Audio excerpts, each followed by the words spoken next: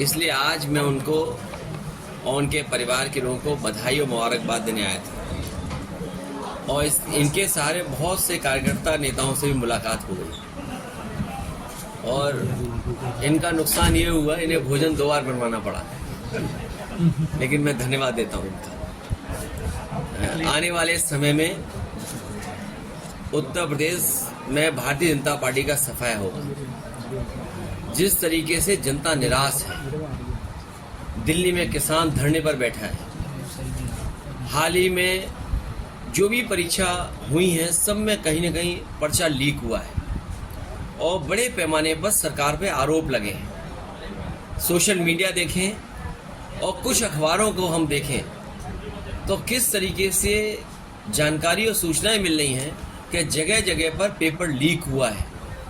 सोचिए, किसान धरने पर हो, 60 लाख नौजवान लगभग केवल एक पुलिस भर्ती के लिए आ गया हो उत्तर प्रदेश में, तो सोचिए उत्तर प्रदेश में क्या हालत है। और निवेश के नाम पर, इन्वेस्टमेंट के नाम पर वही कुछ लोगों को बुला लेना, मीडिया मैनेजमेंट कर देना और जनता में ये संदेश देना कि बहुत बड़ा निवेश उत्तर प्रदेश में आ रहा है।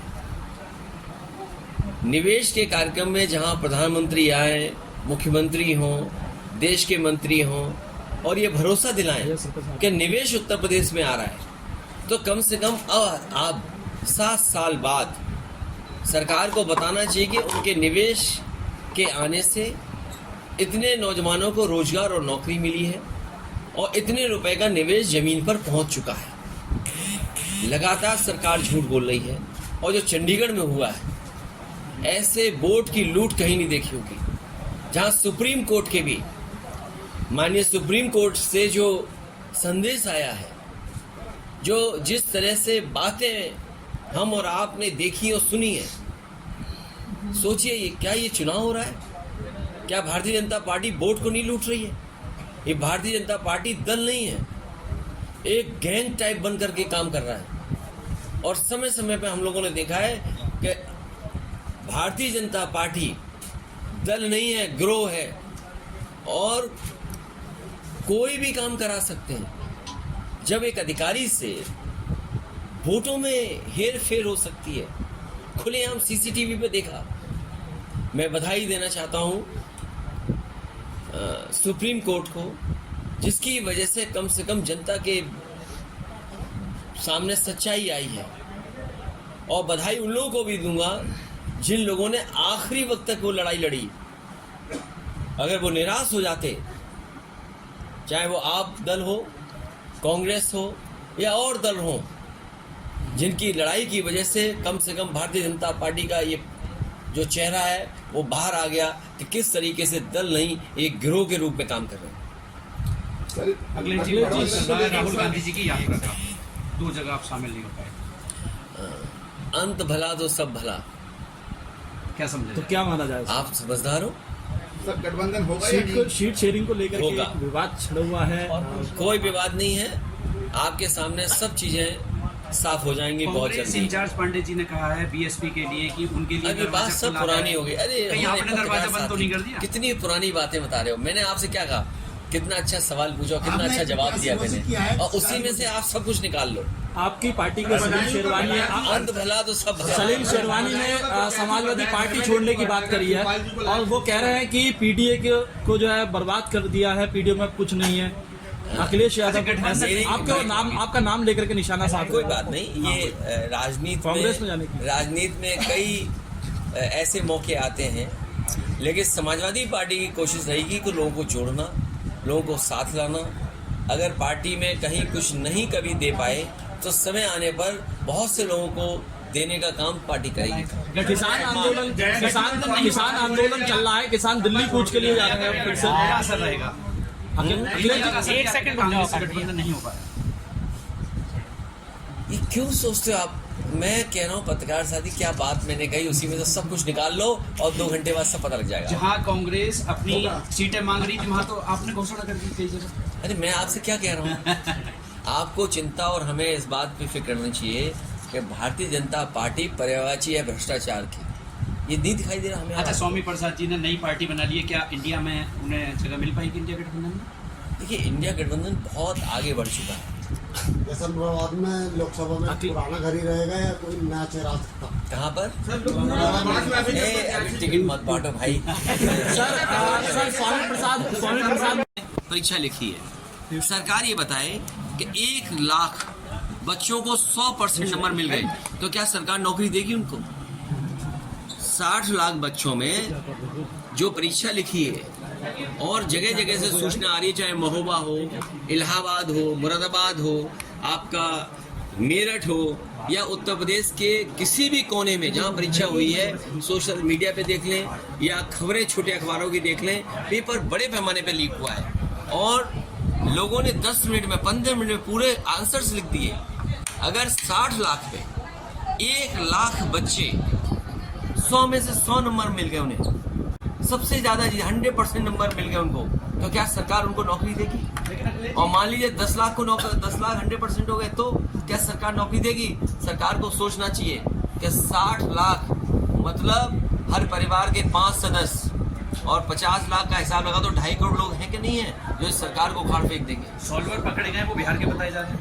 अरे भाई, सॉल्व करने वाला कहीं का हो सकता है, दिल्ली का हो सकता है, गुजरात का हो सकता है, बिहार का हो सकता है, महाराष्ट्र का हो सकता है। तो आपकी तैयारी क्या थी? यही तो सवाल है कि मान लीजिए 50 लाख बच्चों में 1 लाख बच्चों ने 100% नंबर पा लिए, तब सरकार क्या उनको नौकरी देगी?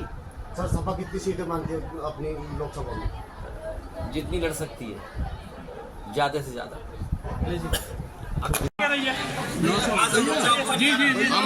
अमरोहा से 34 को भारत रत्न दिया जा रहा है, स्वामीनाथन जी को भारत रत्न दिया जा रहा है, कम से कम उसके रास्ते पे तो चले बीजेपी।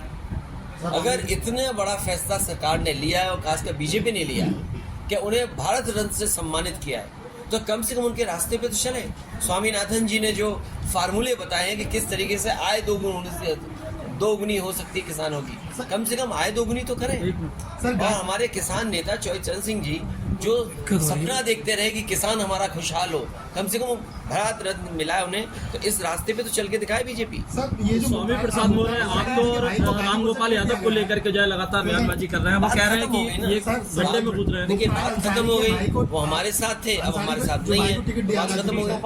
मुख्तार अंसारी के जो भाई हैं गाजीपुर से अफजाल अंसारी को, तो वो तो शायद गैंगस्टर के आरोपी है और बीजेपी में कोई नहीं है, बीजेपी में सब शरीफ है लोग। क्या संदेश जाएगा भैया? नहीं, बीजेपी में आप, हाँ, बहुत अच्छा सवाल पूछा इन्होंने।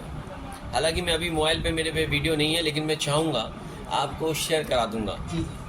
अभी प्रधानमंत्री जिनके कार्यक्रम में आए थे, याद है, बगल में संभल में, वहाँ पर जिन स्वामी जी के कार्यक्रम में आए थे, उन्होंने ये कहा कि उत्तर प्रदेश के सबसे बड़े माफिया मुख्यमंत्री जी हैं। ये पता है आपको? उन्होंने एक स्टेटमेंट में कहा कि योगी जी उत्तर प्रदेश में ये है। सर आपको पता है नहीं पता है? सर फिर क्या बात कर रहे हो आप लोग? अरे बीजेपी में ढूंढो जो तुम्हें ढूंढना है, सब कुछ मिल जाएगा। नहीं कहा है विपक्ष की दुकान में कोई सामान नहीं बचाया। किसमें? प्रमोद कह रहे हैं कि विपक्ष की दुकान में कोई सामान नहीं बचाया। वो अपना खुद सब कुछ बेच आए। बीजेपी कहती है 400 के उन्हें जिस रास्ते पे, उसी रास्ते पे ठीक है वो।